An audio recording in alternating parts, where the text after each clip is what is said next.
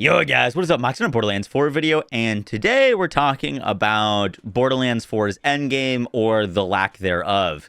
Now, this is something that I've been kind of hammering home to Gearbox since before the game even launched, that we really needed Endgame on launch, takedowns on launch, raid bosses on launch, and I cannot begin to describe my disappointment when I first played through the game, and I figured that basically none of those stuffs were going to be there on launch. In my review that I'd put out for the game when it first came out, I said that the endgame was easily the weakest part of Borderlands 4, and that if I was giving the game a score, I would be dropping down the score for the total game by at least 1 point due to the lack of endgame and the quality of it.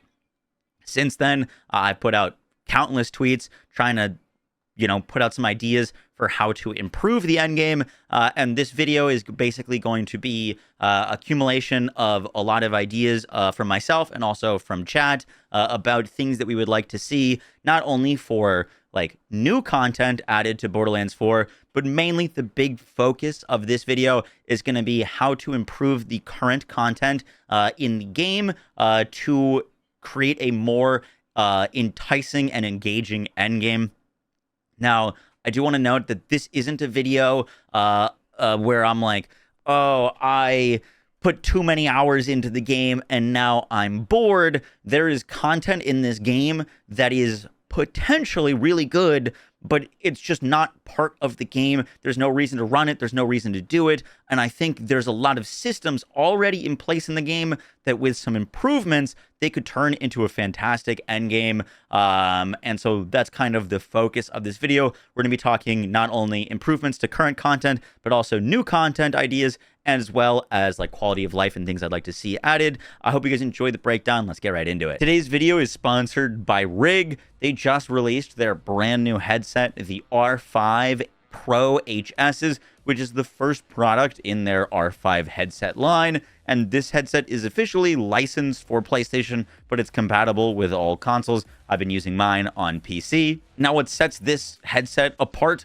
from the rest of the competitors is its 40mm graphene drivers that deliver high quality audio with only 0.5% harmonic distortion. This headset is also optimized for Tempest 3D audio. When used on the PlayStation 5, you're gonna experience immersive spatial audio that'll be accurate for a 360-degree field, giving you a competitive advantage knowing where other players might be. One of my favorite features of the new R5 Pro HS is that when you lift the microphone up, it will auto mute for you, so you never need to worry about if you're muted or not. If the headset is up, you will be muted. Lastly, this headset has memory foam ear cushions and also a memory foam head cushion, so that you're not going to be getting like pains or headaches while you're using these for extended amounts of time. If you want to pick up these headphones today, you can do so down in the link in the description. Now, Borderlands 4 introduces a lot of new content that we haven't had before that is seemingly inspired by some of the previous content without actually taking some of the best lessons from that previous content. For example, we've got new world bosses, we've got world events such as like the Gordello event or the Meteor event, we've got things like Auger mines, bunkers, drill sites, and vaults that I think are being all completely underutilized and half-baked for what they could be. So we're going to be going through some of the things that I think that they could do to improve those content offerings. The first is a true vault system. Now, one of the honestly greatest additions that they did to Borderlands 3 was adding a true trial switch into the proving grounds and adding a true trial switch or true takedown switch into the takedowns. If you don't know what that is, basically before you started a piece of content like a vault or a takedown, or before you start kind of anything, there'd be a little switch outside that you could click to turn on 4-player difficulty. This is a way to massively increase the difficulty of enemies, and they could add new things and rewards to it. So for example, I think one of the big issues right now with the current content in the game is when you're going through a vault, there's like multiple stages of the vault with a bunch of enemies, and there's zero reason to kill those enemies besides like making a build showcase or trying out something. But there's like in the bunkers, you just can skip all the enemies. In the auger mines, you can skip all the enemies. In the vaults, you skip all the enemies. There just isn't really difficult mobbing content in the game, and it exists in the vaults, but there's no real reason to do it. So my suggestion is to add a true vault switch in the vaults that increases the difficulty of the enemies and the boss at the end, but it requires you to kill all of the enemies the same way that it worked when you're first were going through a vault. Then you kill all the enemies, and then you got to fight the boss at the end, and the boss now has way more HP, and a reward for this, I think would be great, would be dedicated drops for legendary enhancements. Legendary enhancements are one of the most sought after things in the game, and right now they're borderline impossible to farm because of the amount of randomness to them.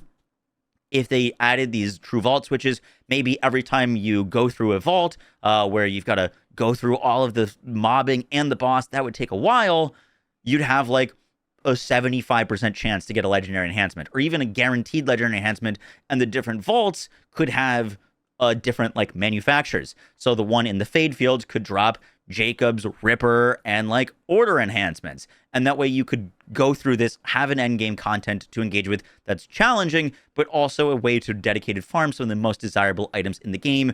This would be something that they could add that's currently existing in the game, but I just don't think is being utilized to its fullest potential. So that's kind of the first addition I'd love to see. Next is updating the big Encore machine. Now, I actually think the big Encore machine is fantastic, and mainly I'd like to see more of it. Currently, the big Encore machine is only at one boss a week, and if that boss is bad or doesn't have loot that you care about, there's basically zero reason to engage with that content. So simply put, I'd like to see them put one big Encore machine per region. So you've got one in the Fade Fields, one in Carcadia. It could be on bosses, it could be on drill sites, it could be on vaults. It doesn't really matter, but that way you could avoid the like air quotes bad weeks and have a basically regardless of when you're logging in, if you're logging in, there's going to be something for you to farm with the big Encore, something to spend your Iridium on and allow you to, you know, one of the big issues with Endgame that people keep complaining about is drop rates. If there's multiple big Encores a week, you're going to be getting in multiple areas, in multiple regions, on multiple bosses, really great drop rates. I think the big Encore drop rates feel great, and so more of that sounds awesome to me. Next is the Auger Mines / bunkers. Now, these are like mini dungeons that you do for the first time. They're like hidden away. They feel great to do, and then after you do them, at least in my case, every time you return, you're just sprinting through the enemies, getting to the boss, and killing them.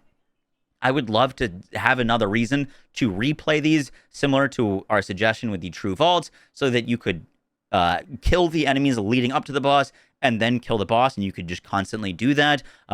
These could be a great place to like pack in some real good mob density, similar to how like the drill sites feel great. I'd love to see a little bit more enemies in the Auger Mines and bunkers. And these could be like a dedicated source for firmware. Firmware is one of the more annoying aspects of Endgame and managing your builds. We'll talk more about like firmware storage later, but you could have like a dedicated firmware farm in the different auger and bunker mines as a way to farm them, or a reason to farm them. And so you'd have like the auger mine in Fade Fields dropping Jacob's or dropping like Deadeye firmware, and then another auger mine dropping a different type of firmware as a way not only to have more content and more things to engage with, but to farm the firmware that you're looking for. Because sometimes it feels like as soon as you start looking for a piece of firmware, you'll never find it. So I would love to see that implemented. Next is world events. Now, there's 2 world events in particular. I mean, there's more than that that are actually pretty cool and engaging. And I have like 700 hours in Borderlands 4. And I've done the Gordello event twice. I've done the Crawler event twice. And that's not because when I see them, I don't do them.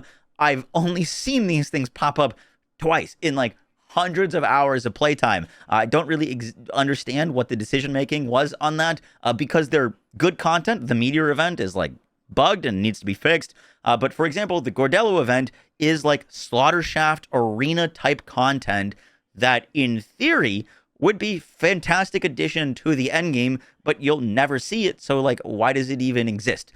So I'd love to see them turn on these Gordello and like Meteor events as always on activities. I think they would be fantastic as a place to farm Iridium. Right now, you can farm Iridium, but you're mainly farming Iridium from Vile Bounties, which to be honest, is a lot more boring because you're constantly having to save, quit, and refresh. I'd love to just kind of sit there and farm an arena with ever-increasing difficulties, ever-increasing waves of enemies, and do that as an iridium farm. These events, these activities already exist in the game. They're just never present for them to be like an actual addition to the end game. Next is the weekly missions. Now, I think the number one thing that they need to do to improve these is either add a dialogue skip or just truncate the missions.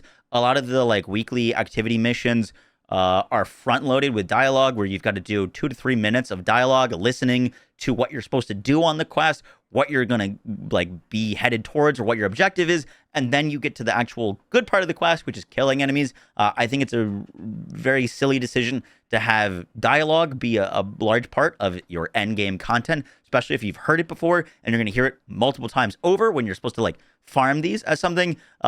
Depending on the mission length, it's even larger of an issue. As we saw with the bod mission takes about 6 minutes. However, about 2 minutes to 3 minutes of that is like dialogue or waiting around for stuff, which is very, very frustrating. So if they plan to improve these, I'd love to see like dialogue be less of a part of it. I'd also think it'd be really cool to have these be weekly manufacturer allegianced, so that, like, for example, if I'm going to go through this mission for the weekly mission, all legendaries or all purples or all enhancements are a specific allegiance. So if I'm doing it, I could be getting Jacob's purples or Jacob's enhancements. That way, if the legendary of the weekly is bad, but I like the manufacturer allegiance, there's an additional reason to run it. Right now, for many weeks in a row, the weekly legendary is something that you could just farm faster from going to the boss and farming it. There seems like there's hardly ever a reason to do this unless, for example, it was like the bod, which is super rare, and there's like a few other weapons in the game that it could possibly be, where I'd rather do a mission than dedicated farm, which again is not a great sign, but I'd love to see these be improved for additional reasons to run them with like manufacturer allegiances. And I also think that they should just reward way more money and iridium, but that's another story. Now let's talk new content / upcoming content. I would love to see takedowns.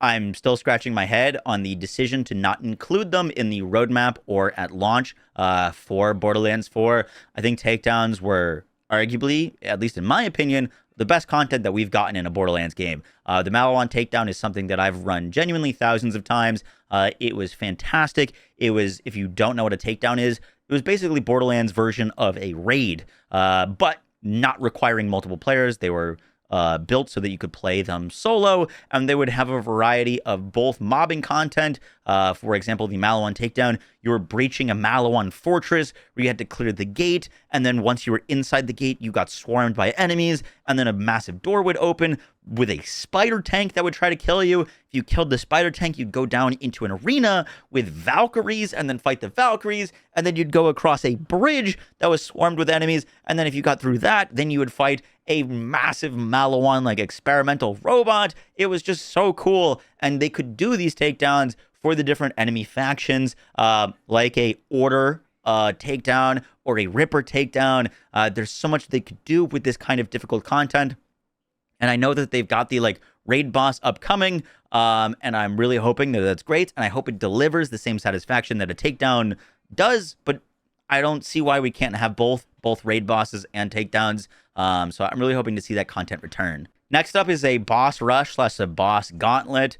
This is a mode that they kind of added to Wonderlands towards the end of the game, where you would get a kind of generated thing where you would fight against like a bunch of different bosses. Sometimes there was like little mobbing sections in between, but just as a way to like test your build, test your times, see how well you're able to handle multiple situations on a build. One of the big issues right now is like you can farm all this crazy gear, you can get really powerful, but like where do you go and test that? Where do you go and show that your build is really strong? Because we don't really have that option right now in the end game. And so I'd love to see them take bosses that are currently in the game and throw them into a playlist where you got to kill multiple in a row, and maybe have the boss at the end be like supercharged.